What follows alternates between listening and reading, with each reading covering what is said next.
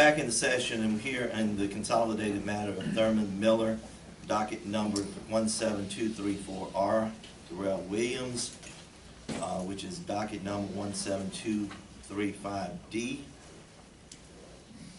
and Rodney Hyatt, which is docket number 17236D.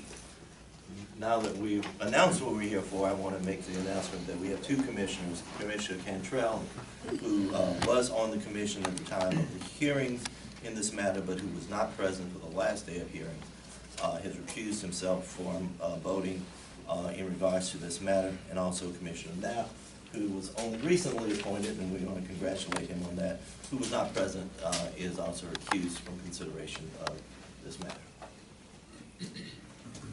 So to begin, do we have a motion for public discussion, and we'll take the trooper appeals one at a time. So a motion to discuss the appeal of Trooper Thurman Miller. I'll make the motion to discuss the charges. Second. All in favor say aye. Aye. Any opposed? The ayes have it. And with respect to Trooper Thurman Miller, I'll read out the violation alleged in the letter of discipline. And so we'll start out with the first one, which was that he violated Louisiana State Police Policy and Procedure Order number 901, Code of Conduct and Ethics, Section 19, Department Records, which states, a commissioned officer shall submit reports on time and in accordance with existing regulations. Reports submitted by commissioned officers shall be truthful. No officer shall knowingly enter or cause to be entered any false, inaccurate, or improper information of the facts on any department records or reports. Okay, so we have a motion that's pending and seconded to have a public discussion. Public discussion being a discussion amongst the commissioners in public, not comment from the public, relative to that specific aspect of the charge in the letter, and we'll discuss the others separately. Is that correct? That's correct. Any discussion? I would like to start off with that. I don't think Mr. Trooper Thurman Miller knowingly and purposely violated the filling out his timesheet incorrectly. I think he was following the guidance of a senior trooper and a lieutenant at the time to fill out his timesheet, so therefore I think that there was some leeway. He filled his first timesheet out, told it was inappropriate or wrong. He refilled his timesheet out and tried to make the necessary corrections within his timesheet. So I just don't feel he knowingly violated the code of conduct in that regard. So To that point, if I could real quick, when we looked at the overtime, what he had turned in, he had charged, I think it was 12 hours. Then when it was reviewed, there was another 10 hours that he could have charged, but some of the 12 hours, or all of the 12 hours was, to me, if he was intentionally trying to do something wrong, he wouldn't have left hours off that he could have charged for. He would have charged those hours plus more. So, you know, that's my feeling on it. Any other discussion? Well, I think in his case, as with some of the others that are involved in this case, there are stipulations in the state police policy that allow, and like most organizations, including my own, for errors to be corrected at the supervisory level, or, and I think it specifically says in the policy, if somebody submits something that is inaccurate, whether it's hours or it's lodging expenses or meal expenses, they are to be reviewed from the document submitted by the member. If it's incorrect, which it often is a lot of times. And so I think the question for myself as a commissioner is, was something intentionally done to mislead the department? Was something intentionally done to seek some type of financial gain? And in this instance, when you look at the hours that Trooper Williams claimed or didn't claim, Miller claimed or didn't claim, I think the difference was about 2 hours when it came down to it. And so I think because the policy stipulate, because they know there's gonna be errors that are done because it's human nature to do that. I don't feel like he did anything intentionally here. You know, just from my perspective again, while we took a break, I was sitting here with the chairman, reading text messages from my employees, from my payroll office, where one of my employees, who's been with my family for 20-something years and is incredibly trusted, made a mistake, an 8-hour mistake. Mistakes are gonna happen. It falls into what we believe the intent of each one of these individuals was, and I just don't see it with Trooper Miller. Any further discussion? Let's call for a vote. We're gonna call for a vote on whether or not there was a violation of Code of Conduct and Ethics, well, Order Number 901, Code of Conduct and Ethics, Section 19. Relative to that. Thurman Miller. Okay. It will be, A yea would be that we find that there is, a nay would be that No we- violation is a We find nay. no violation of that provision. Jared Ricky, No. Ryan Crawford. No. Howard Perry, No. Jeffrey Cross, No. and Eula Simeon. No. Now I'm going to read the next charge against Thurman Miller.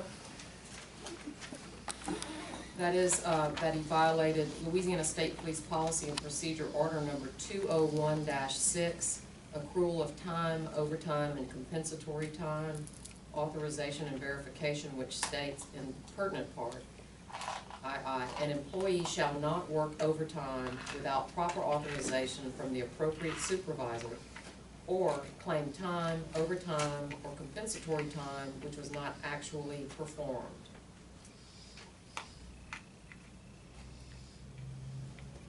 We have any discussion of that particular matter? Well, I'll start the discussion off. It appears that no matter what we might think about this trip to San Diego, no matter what we might think about the route that was taken, and some of the deviations from that route, it appeared that it was all done with the understanding of the then colonel of the state police, certainly not the current colonel, and that the people in positions knew what was going on during this trip, and that so they obviously had the approval to spend the time that it took to do the things that they did. So there was not an approval issue in my opinion, and nor, in my opinion, was there any reporting of time that was not actually worked. For the second part of that, you had a situation where you had an individual who was not supposed to be at the SPO's conference, as was disclosed in the testimony, even though there might be some confusion about that. He was not under an obligation to attend the SPO's conference, and so by not getting there for the beginning of the SPO's conference, he didn't have an obligation to do that, didn't have an obligation, so that's not a violation, and didn't report time that was inappropriate. Mr. Chairman? Yes. And I agree with you. Again, I think we go back to the provision that we just reviewed on this. There were 3 timesheets submitted by Trooper Miller, as there were with the other individuals involved in this case. The original timesheets claiming the 24-hour time were submitted. They were looked at by supervisors. They were turned back to the trooper to correct, which is the policy of the state troopers. When other details of the trip emerged where potential overtime was claimed where it was not actually worked, those timesheets were revised once again. That money was repaid, I believe, and so I think you have the same issue here you had the first time. You have policies in place to address this. It comes down to, did this individual knowingly violate those policies for some type of monetary or personal gain? And like you, I believe that previous administration and state police and Colonel Edmiston knew exactly where these troopers were all along the way. And the fact that they erroneously, especially Trooper Miller, filled out his sheet in accordance with other senior ranking officers on this trip, I don't see a violation here. Any other discussion? Call for the vote. Jared Rickey, No. Brian Crawford, No. Well, wait a minute, I think I may have jumped the gun. I called for a vote, and I don't know, we were just having public discussion. I don't know that we had actually a motion Right, right. on. Sorry about that. So do we have a motion relative to, I'll make the motion to have the vote. On whether there was a violation of Under 201-6. I knew you'd read that in, thank you. just do that favor for all of us. Yeah, just do that the rest of the way. Okay. I second the motion. Thank you. Jared Rickey, No. Brian Crawford, No. Harold Perry, No. Jeffrey Cross, No. and Eula Simeon. No. The final charge against Trooper Thurman Miller was that he violated Louisiana State Police Policy and Procedure Order number 221 expense reimbursement, section 2, which states in pertinent part under I, officers shall refer to Louisiana Travel Guide, which is posted on the Office of State Purchasing and Travel website at, and it provides the website, to determine reimbursement applicability. Officers who are authorized to receive reimbursement for work-related daily expenses shall complete a travel expense account form, open print DPS MF 1382, close print. Motion, public discussion of this alleged violation. Move. Second. All in favor? Aye. Is there any discussion? I think in regards to the expense account, just like timesheets, troopers tend to mirror each other's time accumulation on a conference or on a trip. Same goes with the expense account. There's been a lot of discussion about the training provided within the agency of how to accumulate tiers and time as far as travel. And of course, not knowing the policy is not a clear motion to violate the policy, just not knowing. Troopers are known to make sure they know the policy, know what's in place at the time. The mistake was made. It was clarified through testimony that those monies were paid back once the mistake was found, and through the policy of the travel policy allows that ability to pay the money back that was claimed incorrectly. He did that in this regard, Trooper Thurman, so I don't feel that he knowingly and intentionally violated the expense policy, and he was only following what was written by Lieutenant Hyatt at the time, and he felt was accurate and clear to him as the right amount to claim in regards to travel. Anybody else? Yeah, just real quickly, I mean, one of the things that, in reviewing all three of these cases, that became obviously clear in the testimony over the 4 long days, was that there was a lack of clear understanding of the state travel guide in the department. There was also a lack of clarity and understanding of some of the rules and policies that pertain to time when a trooper traveled, how much time could they claim. My background in public safety, I know that when you go into a natural disaster, FEMA will reimburse you for the first 72 hours straight. But after that, you can only claim 16 hours, so you don't get your 8 hours for sleeping after that. I would implore Colonel Reeves and the state police to look at their policies and define them by some of the testimony that they even heard and they were part of over those 4 days, and institute some type of training mechanism to where the state travel guide was reviewed on an annual basis for those troopers who are subject to travel, which I'm assuming that's all of them because of the level of training that you provide. But I would also ask that they look at the individual policies for further clarity about a trooper traveling, particularly by car, how many hours that they're able to claim, with specific provisions of not being able to claim sleep time and only being able to drive so many hours a day and those types of things, referring to the state travel guide. And so that's something that it's a recommendation. Obviously, Colonel, that's something that you can take up with an administrative action on your behalf, but it's certainly something that I think would be beneficial for troopers going forward.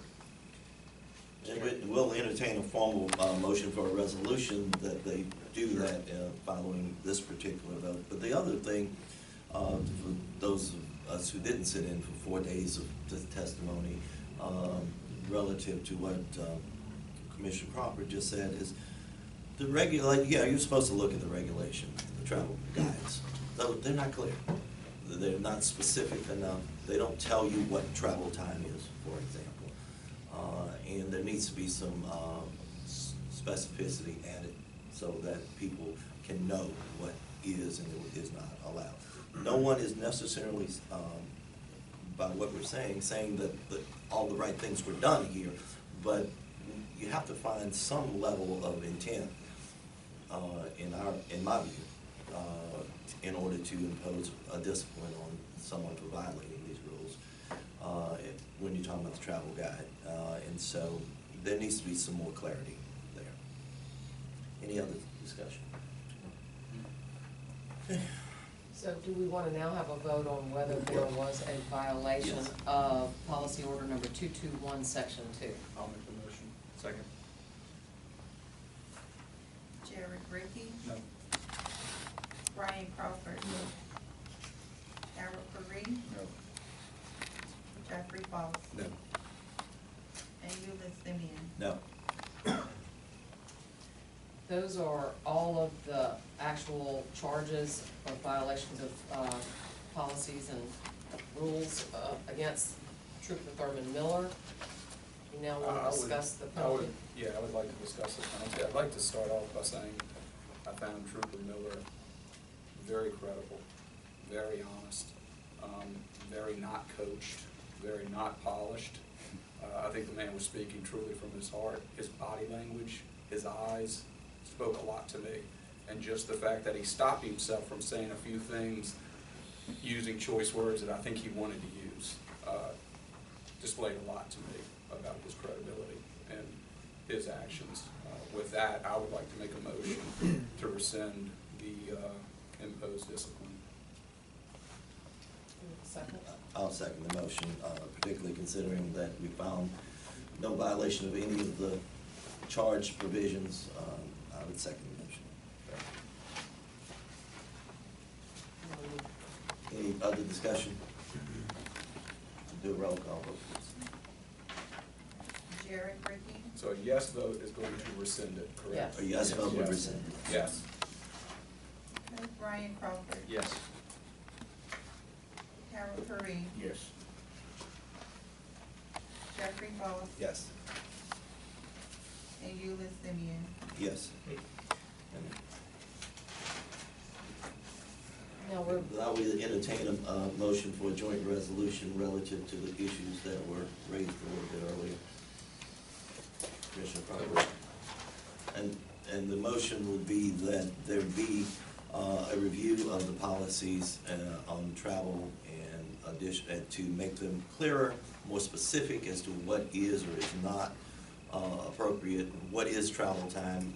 We're not being all-inclusive in this, but just a review of that to get some clarity to the troopers on that issue, and that there be training for the troopers specifically. There was lots of testimony about high-ranking officials in the department, that said they didn't really know what they said specifically. And that's not anybody's fault, and I'm not being critical of anyone about that. It just goes to speak to the need for this additional training. Any other discussion on that motion for a resolution? Okay, I think we can do that by a yay. do we have a second? I seconded it Oh, before I started okay. speaking. So I don't think we need a roll call vote on that. All in favor? Yes. Aye. Any opposed? So now we'll move on to Trooper Darrell Williams. And I'll read each of the charges as we did before, one at a time. I guess we need a motion for public Oh, discussion yeah. of those charges. I'll make the motion. Do we have a second? Second. All in favor? Aye. Any opposed? I guess we can't be opposed, we have to talk about it. The first alleged violation against Trooper Darrell Williams was of Louisiana State Police Policy and Procedure Order Number 221, Expense Reimbursement, Section 2, stated in pertinent part, officers shall refer to Louisiana Travel Guide, which is posted on the Office of State Purchasing and Travel website at, and it gives the website, to determine reimbursement applicability. Officers who are authorized to receive reimbursement for work-related daily expenses shall complete a travel expense form, DPSMF 1382. Officers claiming expenses for laundry need not submit a DPSMF 1382 to receive reimbursement. Okay, I'll start the discussion on that. I think it dovetails from the discussion we had earlier on this. The guides are just not clear, and to hold these troopers to a level of discipline for what may have been technical violations of some of those travel guides, I just don't think would be appropriate, including Williams. Any other discussion? Okay, so I would make a motion to, what would be the best way to make this motion? We want to make a motion to determine whether or not there was a violation of Thank you. Order Number 221, Section 2. That's the motion I make. Good job. All in favor? Anyone opposed? Okay, so, Jerry Ricky, No. Brian Crawford, No. Harold Perry, No. Jeffrey Boss, No. and you, Ms. Simeon. No. moving to the next alleged violation against Darrell Williams. He's alleged to have violated Louisiana State Police Policy and Procedure Order Number 901, Code of Conduct and Ethics, Section 8, Performance of Duty, which states in pertinent part, I, a commissioned officer, shall conscientiously strive to enforce the laws of the state of Louisiana, render service to all citizens within the state, be responsible for the proper performance of all assigned duties, and strictly adhere to the rules, regulations, orders, manuals, and directives promulgated by the department. Ignorance of the rules, regulations, and directive shall not be considered an excuse or justification for any violation of such an officer. And more specifically, the basis for those charges as set forth in the letter. With respect to timesheets not being accurate and the travel expense reports not being accurate.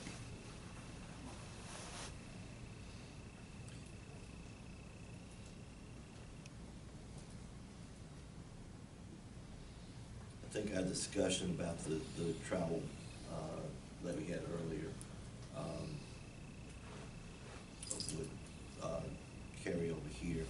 Relative to the timesheets, there were claims relative to some time that William spent at a golf tournament. That I think the testimony disclosed that he was doing that pursuant to the request order, whatever you want to call it, of the then colonel.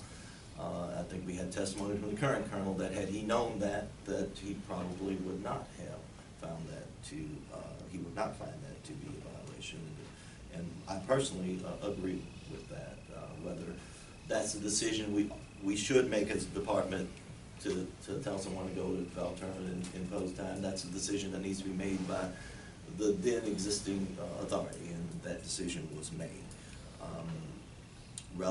He was not to be at the SPOS conference, so not attending that was not a violation.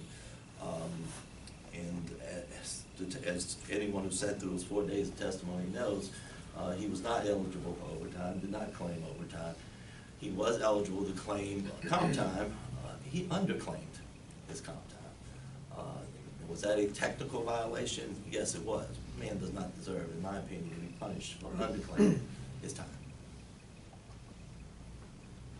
Do we wanna have a vote now on whether there was a? Unless there's somebody else that wants to Okay. add some discussion to it. Yes. Okay. So now we're gonna vote on whether or not, there was a violation by Darrell Williams of, Louisiana State Police Policy and Procedure Order number 901, Section 8. Make a motion to vote for, under policy 901, section 8, Darrell Williams. Second. Jared Ricky, No. Brian Crawford, No. Harold Curry, No. Jeffrey Foss, No. and Euless Simmons. No. Ready for the next charge against Darrell Williams was that he violated Louisiana State Police Policy and Procedure Order number 901, Code of Ethics, Conduct and Ethics, Section 19, Department Records, which states in pertinent part, I, a commissioned officer, shall submit reports on time and in accordance with existing regulations. And II, reports submitted by commissioned officers shall be truthful. No officer shall knowingly enter or cause to be entered any false, inaccurate, or improper information of the facts on any department records or reports. We have a motion to engage in public discussion about whether there was a Second. violation of this provision. So moved. Second. All in favor? Anyone opposed? Relative to this, if you read I and II together, it requires some level of knowledge and intent on the part of, I'm gonna refer to them all as troopers, although they have different ranks, obviously, trooper. And based on our earlier discussions, it does not appear that that was present, in my opinion. Yeah, one of the stipulations in this specific issue, it said by claiming the hours, you did not perform any work-related duties for the department, such as touring the Grand Canyon, Hoover Dam in Las Vegas, and playing golf at Torrey Pines, which you've already established by testimony that Colonel Edmonston required him to attend. Trooper Williams underclaimed time, as you admitted, and so I like the chairman, am incensed, and I think I made that clear in last month's meetings with the detour that took place on taxpayer dollars. But this particular trooper actually underclaimed time, and even if you took the time out for those detours, the time that he spent in traveling and being on duty, we would still owe him compensatory time. And so this, just like the other provisions that we had voted on before this, don't ring true. And the thing, and I think we need to also discuss this issue of the timesheets. Were the exact times they left in the morning, the exact times they cut off at night, correct?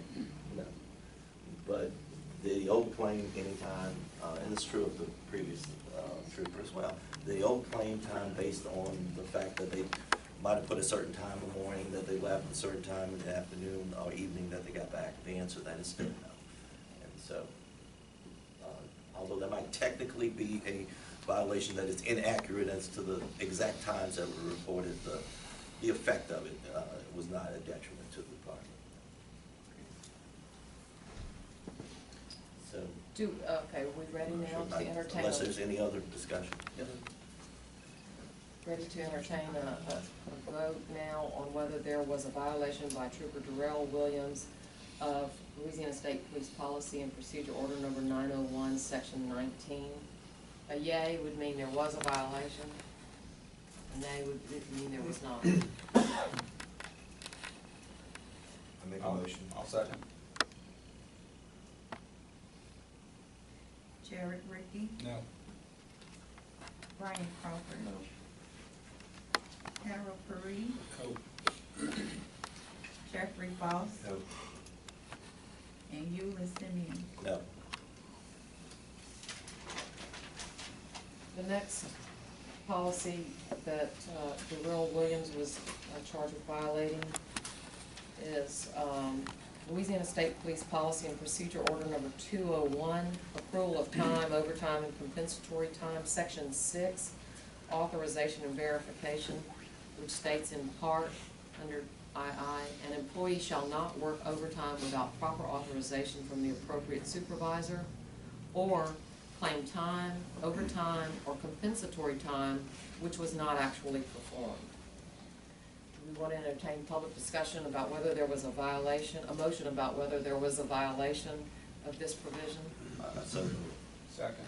I don't think there's much need to discuss it in light of the discussions we had before, but I would just re-echo the sentiments I made earlier. Any other discussion?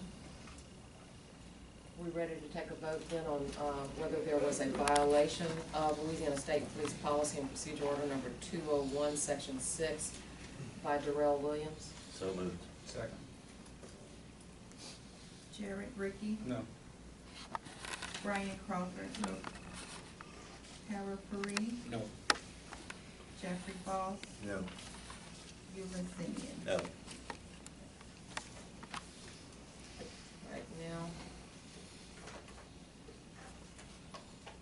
The next policy that Darrell Williams was charged with violating is Department of Public Safety and Corrections, Public Safety Services, Information Technology, Section Security Policy, Email and Internet Usage, which states in pertinent part, user responsibilities. 3.A.1. Employees are accountable for the content of files and messages they send via email and download from the internet. Fraudulent, obscene, or harassing materials and/or messages are prohibited from transmission. This includes, but is not limited to, sexual harassment and intimidation, or any other activity prohibited by federal or state law. 3.A.3. All documents, reports, web pages, files, messages, and similar items generated through the internet and email are subject to all applicable federal and state law, including Louisiana Public Records Law. 3.A.10.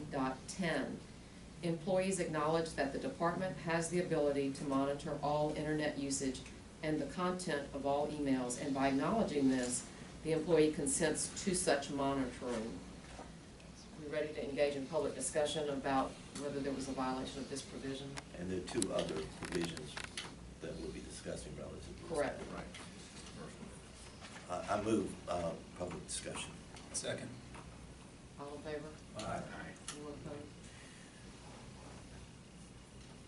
Without getting into the content of the transmissions, because that's not what is at issue, in my opinion, relative to this particular aspect of the charge.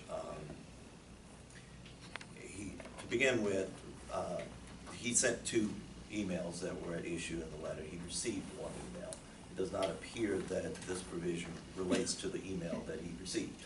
It relates to him sending emails or downloading something from the internet. I don't think receiving an email is downloading. And so I don't think it applies to that, nor would it appear to be the sort of email that is prohibited relative to harassment. That tends to indicate something that would be an unwanted situation by the receiver. That did not appear to be the case in this particular situation. So, nor was there anything that put the department's email or computer system at risk, because he wasn't downloading and communicating with websites that were risky websites. It was a personal email between he and another individual. I'm not condoning the content of those emails, but relative to this particular charge, I don't think there's a violation. Any other discussion? We ready to entertain a vote about whether or not there was a violation by Darrell Williams of Department of Public Safety and Corrections, Public Safety Services, Information Technology, Section Security Policy, Email and Internet Usage? I'll move, and thank you for reading that. Second. Second, all in favor? Mhm. Jared Ricky, No. Brian Crawford, No. Harold Perry, No. Jeffrey Foss, No. and Euless Simeon. No. The next alleged violation by Darrell Williams was Louisiana State Police Policy and Procedure Order Number 1109.10-MVT, MVR, Internet/intranet, which states in pertinent part, Internet and email resources are provided to enhance department communication and to conduct department-related business. Internet and email abuse shall not be permitted. Employees are required to use these resources in an ethical and lawful manner. Use of the internet and email shall be consistent with the department's mission and goal and not compromise the integrity or security of the department's information system. Use of the internet and email for personal gain, to make private contacts for personal gains, or for any illegal or unethical purpose is prohibited. Employees shall maintain awareness that loss of use of the internet and email caused by the introduction of computer viruses would adversely affect productivity of the department and shall conduct their actions to ensure that internet and email services are not disrupted. Do we have a vote? We have a motion to have public discussion about whether there was a violation of this provision. Second. I'm glad to say I'm not the only one calling things to a vote before we get there. Since I've already started talking, I'll go ahead and take the opportunity to speak first on this particular matter. This was a closer call for me than the last one. But when I look at the purpose of this particular provision, it is to enhance the department communication, and it shall be used to achieve the goals of the department. I don't think that these emails were intended or had the effect of achieving the goals of the department, and nor did they enhance the department's communication in any way. I heard the testimony of Trooper Williams relative to how this happened, and I understand it can happen that way if you have multiple email accounts on your device, on your cell phone. It'll pick the last email service that you used to send. If you say I want to send a picture, it's going to use that last email account that you used to send that picture. And he said it was totally unintentional. That was the department's account, and I accept his testimony relative to that. I don't discount that. However, he has a responsibility, particularly being at that time, albeit not for a long period of time, being in charge of internal affairs. He had a responsibility to ensure that the department's email was not improperly used, and he failed in that responsibility, in my view. Mr. Chairman, I agree with you. Two specific provisions in this policy and procedure order number are relevant to this infraction. Specifically, employees are required to use these resources in an ethical and lawful manner. Certainly what he did was not illegal, but it certainly was unethical. Use of internet and email shall be consistent with the department's mission and goal and not compromise the integrity. This was not part of the department's mission, and I do believe it compromised its use of the integrity of the department. Thank you, Mr. Chairman. Anyone else? I just echo those sentiments. I think as the commander of internal affairs, as the major, you set the bar and you set the example. And, even though I think his reasoning for it is understandable, but he still has a responsibility as the major of internal affairs within the department to do the right thing and make sure those things aren't sent out in the improper email, on the improper email. So I echo their sentiment. Any further discussion? Are we ready to entertain a vote about whether there was a violation by Darrell Williams of Louisiana State Police Policy and Procedure Order Number 1109.10-MDT, MVR, Internet/intranet policy? I so moved. Second. Jared Ricky, Yes. Brian Crawford. Yes. Harold Perry, Yes. Jeffrey Ball. Yes. And Eula Simmons. Yes. The last alleged violation by Darrell Williams was Louisiana State Police Policy and Procedure Order number 901, Code of Conduct and Ethics, Section 4, Conduct Unbecoming an Officer, which states in pertinent part, under I, a commissioned officer shall conduct himself at all times, both on and off duty, in such a manner as to reflect most favorably on himself and the department. II, unbecoming conduct is defined as conduct which, A, brings the department or any of its subdivisions into disrepute, B, reflects discredit upon the officer as a member of the department, C, impairs the operation or efficiency of the department, the officer, or state service, D, detrimentally affects the morale of the department's personnel, E, may reasonably be expected to destroy public respect for state police officers and/or confidence in the office of state police.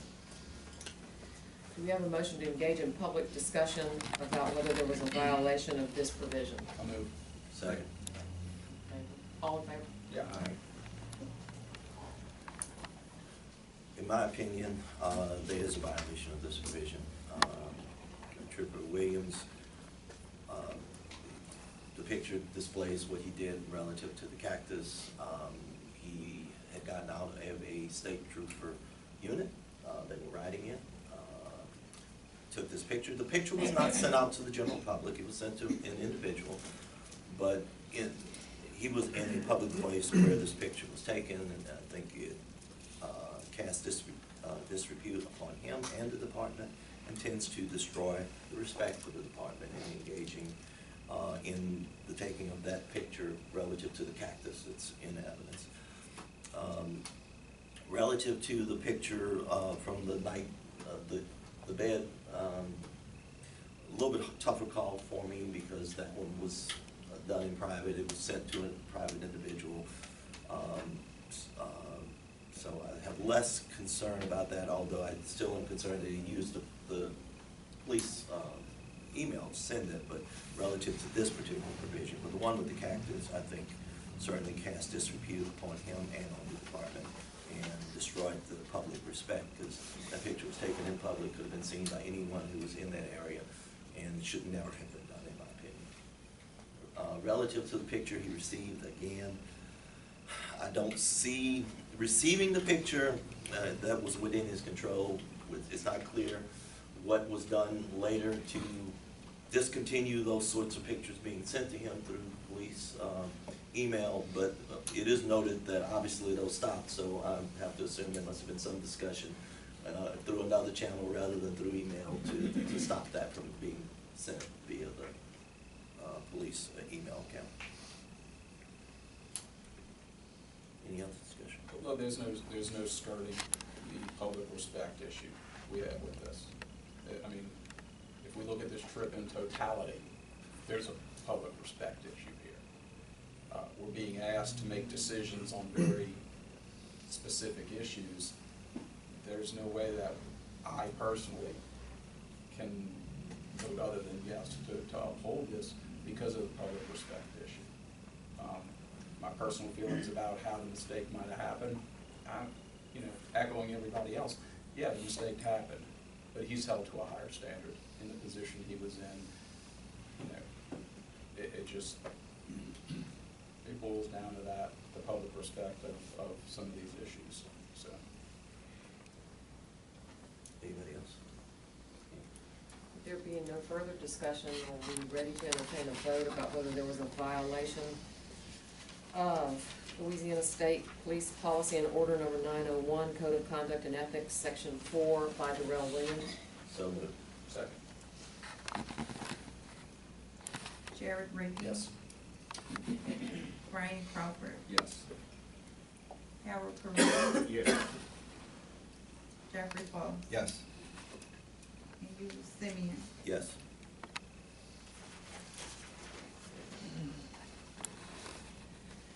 Those are all of the charges that were specifically made against Trooper Darrell Williams. At this point, would the commission like to entertain a public discussion about whether or not discipline imposed was appropriate or should be modified in any way? I move.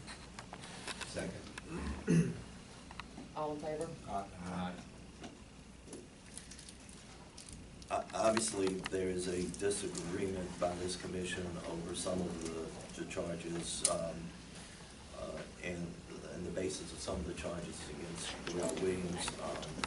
So we have to reconsider the imposition of the penalty that was imposed on him by the department. Some of the things we found were not violations, and some of the ones we did found were.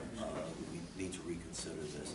Obviously, one of the things that this commission has no authority over is he was a detail major at the time.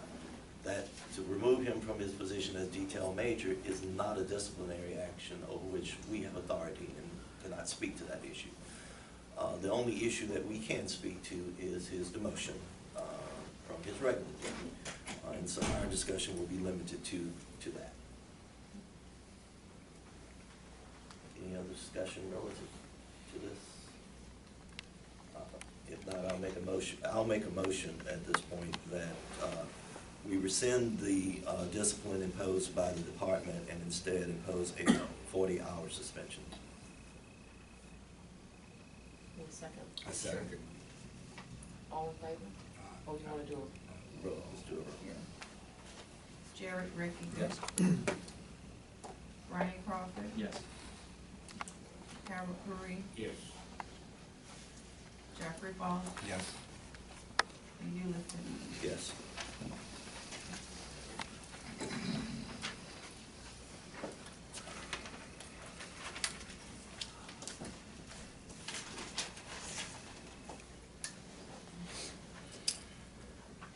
Now, the third trooper in this appeal is Rodney Hyatt. And I'll again begin by reading out the first charge that was against him.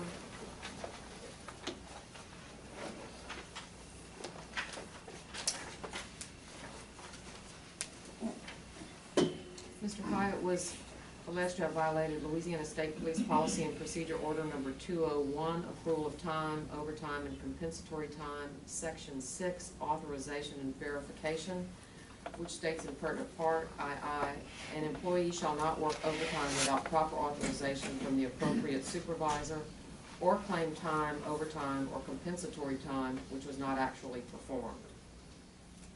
Do we have a motion to engage in public discussion about whether there was a violation of this provision by Rodney Hyatt? Move. Second. All in favor? Any discussion? Commissioner Crawford? Mr. Chairman, on this particular provision, unlike the other two individuals that are involved in this case, and is stipulated in some of the testimony that was given over the 4 days, as well as the documentation that we were provided, by claiming overtime rates for personal activities during his travel, which included specifically the San Diego Zoo and the La Jolla side trips that were actually engaged in after they reached their destination. Even in listening to Trooper Hyatt's testimony, I felt it to be deceptive and somewhat untruthful. In the totality of the trip and the experience itself, he seemed to be the point person that the others took their lead from. I'm not saying whether that's correct or not, I'm saying that's my assumption. Going from leaving the Hoover Dam, where he could have made his first day of the SPOS conference, I believe, on Thursday, making the decision to go to Las Vegas, but specifically on this provision and the ones that will follow, his excuse for charging overtime for his zoo visit and his La Jolla visit were that he was on call at any time. And with a public safety background, if I'm at a conference, I could say that I'm on call at any time. You know, you could use that argument, but it just doesn't hold true. If I remember correctly, he didn't even have the vehicle that he would need to get in to go to pick somebody up. He wasn't used.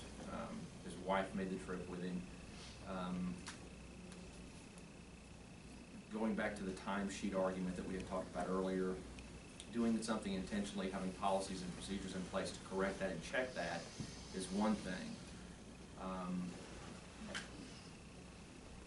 It was my belief that Trooper Hyatt intentionally tried to seek financial gain with this particular trip, and this is an example. Those two with the zoo and the La Jolla trip that stuck out in my mind, that I will be voting to uphold this particular violation. Any other discussion? I would echo the sentiments of Commissioner Crawford as well. Any further discussion? With no further discussion, are we ready to entertain a vote about whether there was a violation by Trooper Rodney Hyatt of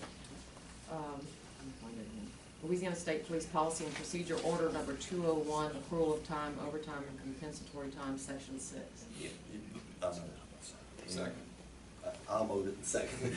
But before we go to a vote on that, there is an additional comment that I would like to make before we vote on that particular matter. It matters not to me whether, what his testimony was relative to that, whether I believe his testimony or not. I don't think, even if he truly believed what he said relative to being on call, this is a clear violation of the provisions relative to keeping time when you talk about La Jolla and the trip to the zoo.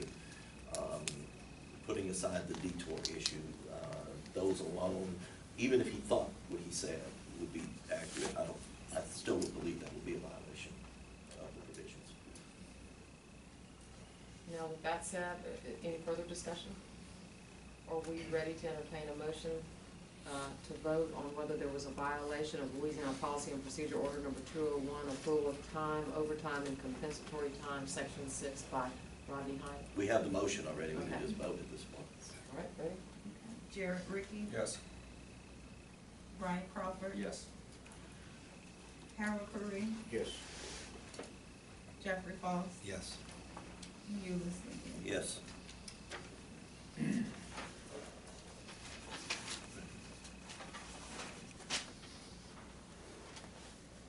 Next, Trooper Rodney Hyatt was alleged to have violated Louisiana State Police Policy and Procedure Order Number 901, Code of Conduct and Ethics, Section 8, Performance of Duty, which states in pertinent part, I, a commissioned officer, shall conscientiously strive to enforce the laws of the state of Louisiana, render service to all citizens within the state, be responsible for the proper performance of all assigned duties, and strictly adhere to the rules, regulations, orders, manuals, and directives promulgated by the department. I, ignorance of the rules, regulations, and directives shall not be considered an excuse or justification for any violation of such an officer. Are we ready to engage in, do we have a motion to engage in public discussion of whether there was a violation of 901, Section 8? Move. Second. All in favor?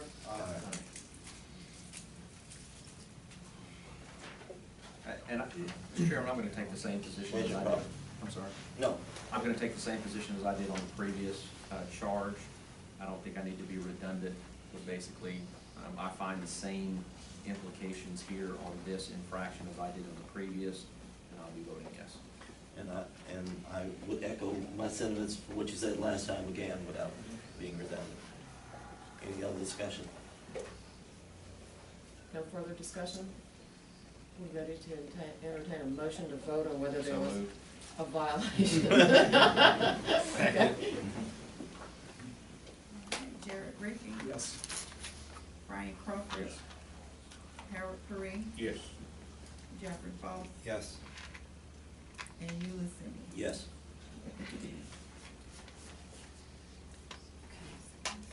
Next charge, it was alleged that Trooper Rodney Hyatt violated Louisiana State Police Policy and Procedure Order Number 901, Code of Conduct and Ethics, Section 19, Department Records, which states in pertinent part, I, a commissioned officer, shall submit reports on time and in accordance with existing regulations. I, reports submitted by commissioned officers shall be truthful, No officer shall knowingly enter or cause to be entered any false, inaccurate, or improper information of the facts on any department records or reports. Do we have a motion to engage in public discussion about whether there was a violation of policy order number 901, section 19? Move. All in favor?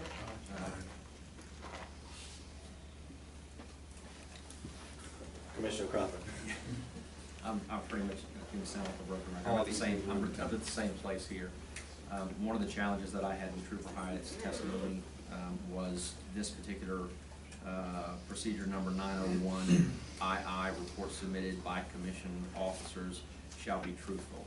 It's my belief that, this did not occur in the submission of his, documentation for this trip and being reimbursed for his time.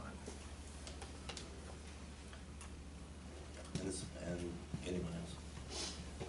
I would also add to that, once again, echo the sentiments of Commissioner Crawford, but,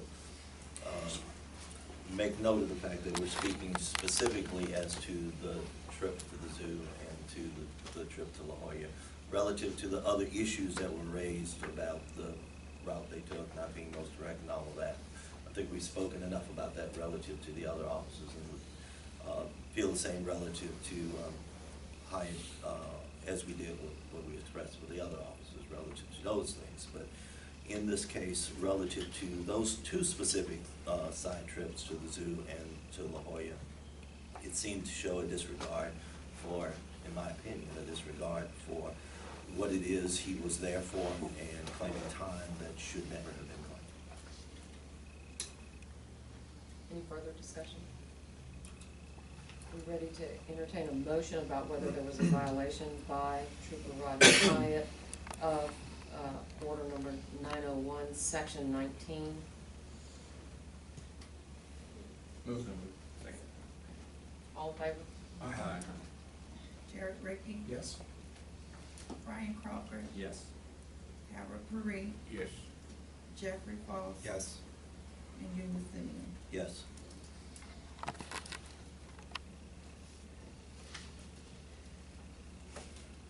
The next allegation against Trooper Rodney Hyatt was that he violated Louisiana State Police Policy and Procedure Order number 221, expense reimbursement, section 2, which states in pertinent part under I, officers shall refer to Louisiana Travel Guide, which is posted on the Office of State Purchasing and Travel website at, and provides a website, to determine reimbursement applicability.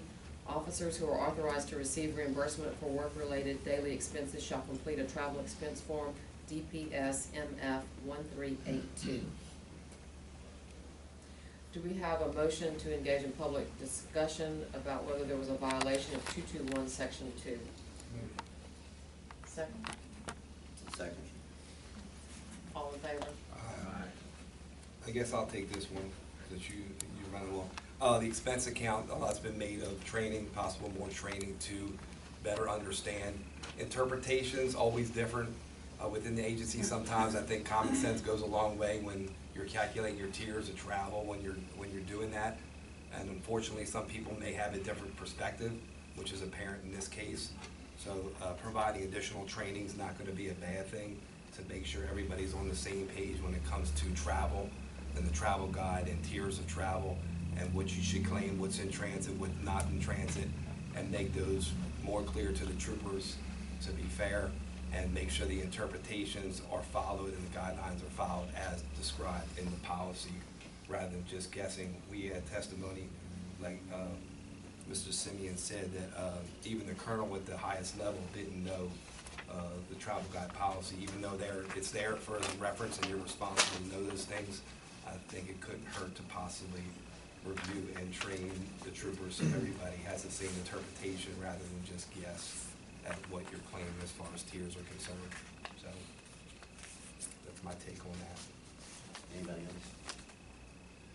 else? I'd like to speak to some other issues that were specifically raised with regard to Rodney Hyatt, and that was the claiming of meals while he was scheduled to be at the conference, and meals were being provided. At least some of the meals were being provided at that conference. That's a tougher call, I think, for me. But his testimony was that he did eat the meals provided at the conference because he was doing other things, and it wasn't during the time he was in La Jolla or the zoo. And since there's no evidence to dispute his testimony that he didn't eat the meals there, I think with the confusion of the travel guides and the regulations, I would not find a violation relative to even the additional meals that were claimed, even though they provided at the conference.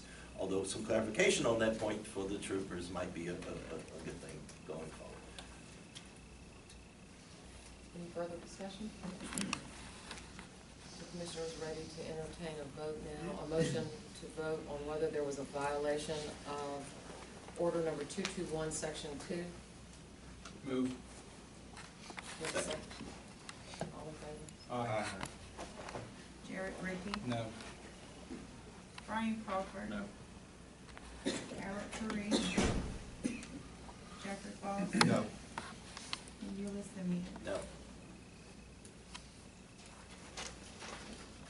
Finally, Trooper Rodney Hyatt was charged with violating Louisiana State Policy and Procedure Order number 901, Code of Conduct and Ethics, Section 11, Neglect of Duty, which states in pertinent part under I, a commissioned officer shall not, without proper authorization, absent himself from an assigned duty station or otherwise fail to perform his duty during his tour of duty. We have a motion to engage in public discussion about whether there was a violation of 901, Section 11 by Rodney Hyatt. Second. All in favor? Mr. Chairman, this is Commissioner Crawford. this is the, I guess this is the charge that I had the greatest indifference to, even through Trooper Hyatt's testimony. If you take all of the other comments at face value and being truthful, the fact that the day that they left, the morning they left the Grand Canyon, they could have made San Diego by that evening, which would have been the evening before the starting of the SPO's conference on that Thursday, I believe. And so he was the only officer that was actually registered for that conference. And so, you know, he can't deny, and I don't think he did, a conscious decision was made to, in my mind, be AWOL, which is what this provision says, to not show up for a duty assignment, and then make a decision to take a detour just a few hours away from when you started driving to Las Vegas, spend the evening there, get up late the next day for whatever reason.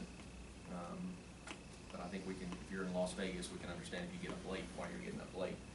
And then being late and missing almost the entirety of the next day's conference, that was a decision.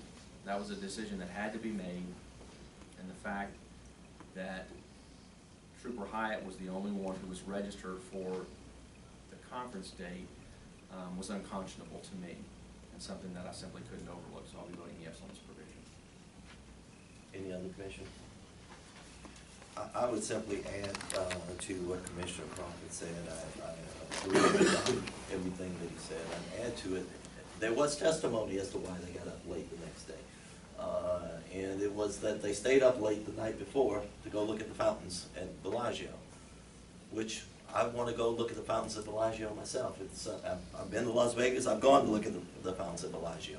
But you can't go look at the fountains at Bellagio so late that you can't get up the next day to make it on time for your conference. If you choose to go to Las Vegas, get up at 4 o'clock in the morning if you have to make it on time where you need to go.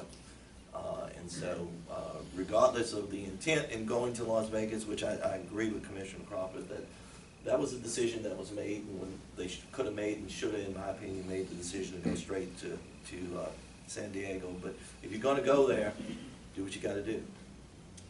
Don't mean to quote one of my least favorite persons right now, do your job. And everybody who's a football fan knows who I'm talking about. But you know, you have to do what you have to do, and get up whatever time you got to get up to go go and do what you're supposed to be there to do. So I intend to vote yes on this as well. Any further discussion? We ready to entertain a motion about whether Trooper Rodney Hyatt violated order number 901, section 11? Second. All in favor? Aye. Jared Rickey. Yes. Brian Crawford, Yes. Harold Perry, Yes. Jeffrey Foss, Yes. and Eula Simmons. Yes. Those are all of the alleged violations of policies or orders by Trooper Rodney Hyatt. Are we ready now to engage in a motion to engage in public discussion about the discipline that was imposed? Moved. Second. All in favor? Aye.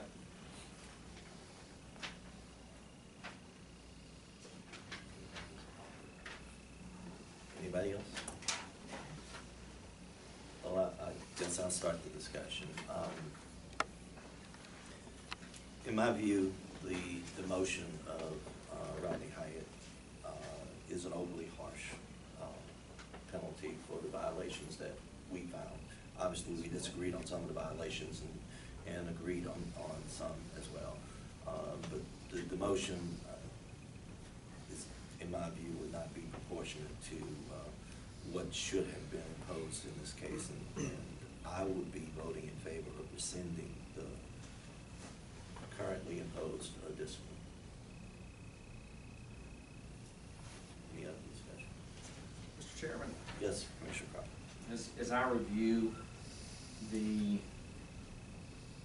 findings of this body to over the charges that we just reviewed, with everything that LSP administration administered coming in a yes, except for the Louisiana travel guide policy. I'm gonna be honest, I'm a little torn. I've been in this position before. I've been in Colonel Reeves' position before, where I have passed discipline on good faith for cause. And I look at the facts, and I do what I think is right. And I think Colonel Reeves did what was right in this case. And so I am going to vote to uphold the Colonel and the administration's discipline in this case. Any other discussion? And so I make a motion that the body uphold the discipline of Lieutenant Trooper Hyatt in this case. Do we have a second? I second.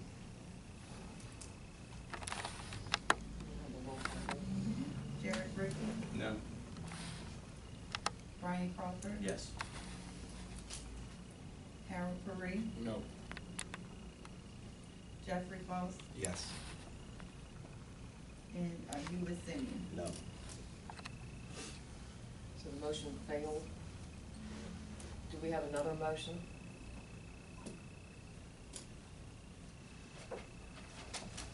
Commissioner?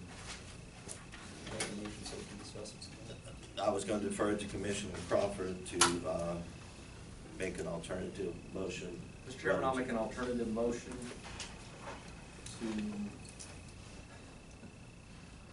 actually, I don't think it's appropriate that I make the alternative Okay. motion. I'll make an alternative motion to open discussion for, to discuss an appropriate penalty, so we can start discussions. Do we have a second? Yes. Okay. All in favor? Aye.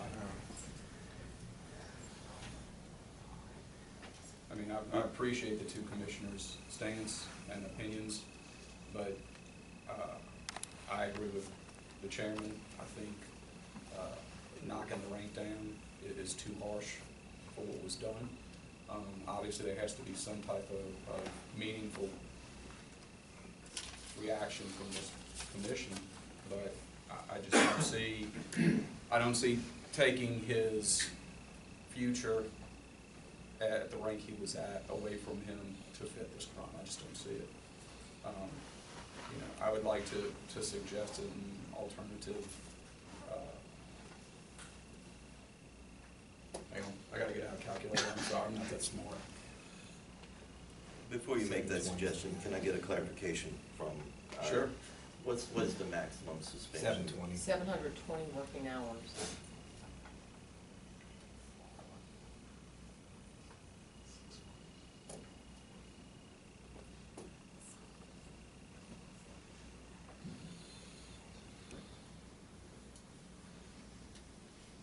How many hours do y'all put in? 80, but it's 40 hour work week, do 80 hour work week, 160 hours a month.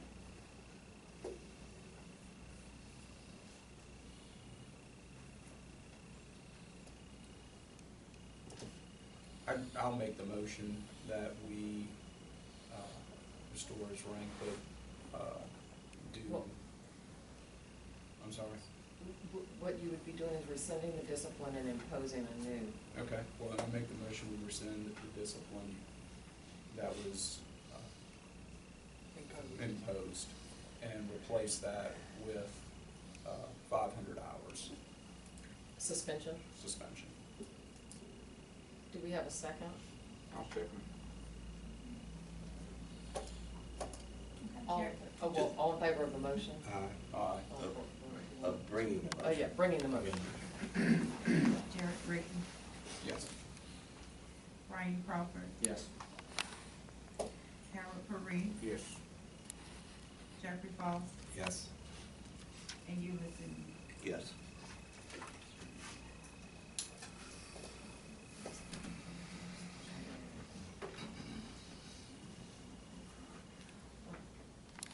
That concludes the penalty portion of the last trooper that we were evaluating today. Did you also want to talk about? Yeah, I understand there's been an issue raised by the appellants relative to the timeliness of the proceedings in this case. A couple different points, we're not going to go into the details. If you briefed those, and we're well aware of those. At this point, I would entertain a motion to discuss the issue of the timeliness of the proceedings in this case. I'll move. Second. All in favor? Aye. The one thing I would say about the timeliness issue is we are bound as a commission to comply with our rules relative to this matter. Our rules provide that we have the authority to either dismiss the matter if it was not timely, or we have the authority to either accept or modify or reject the penalty. Obviously, as we've already voted on this matter, you understand the position that the commission has taken, that we have rejected the notion that we do not have authority to proceed because the investigation was allegedly untimely. So I would suggest that we present a motion that was, without addressing whether it was or was not untimely in this particular matter, that would say even if it were untimely, this commission chooses to proceed as we have proceeded in this particular course of action. So I would make that as the motion. Do we have a second? Any discussion of the motion? All in favor? Aye. Anyone opposed?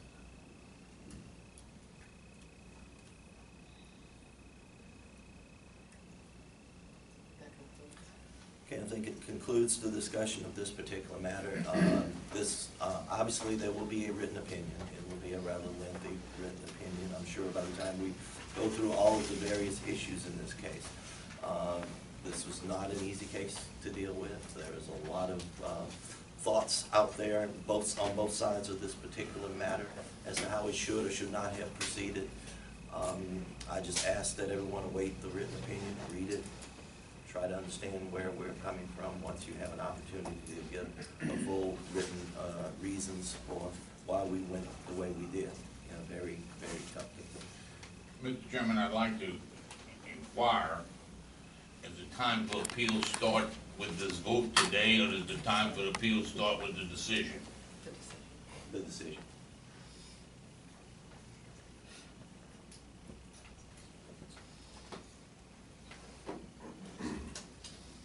Anything else? Sure, We have wait, another- wait. we have another. With regards to the question about appeals, I question when the department has to implement the decisions you made today. It's from a rendering today or from a written decision. I'll say from the written. Yeah. From the written decision. Obviously, any decision, if it is implemented and upheld, will have to be retroactive, but yes, you don't have to take the steps until you get the written reasons.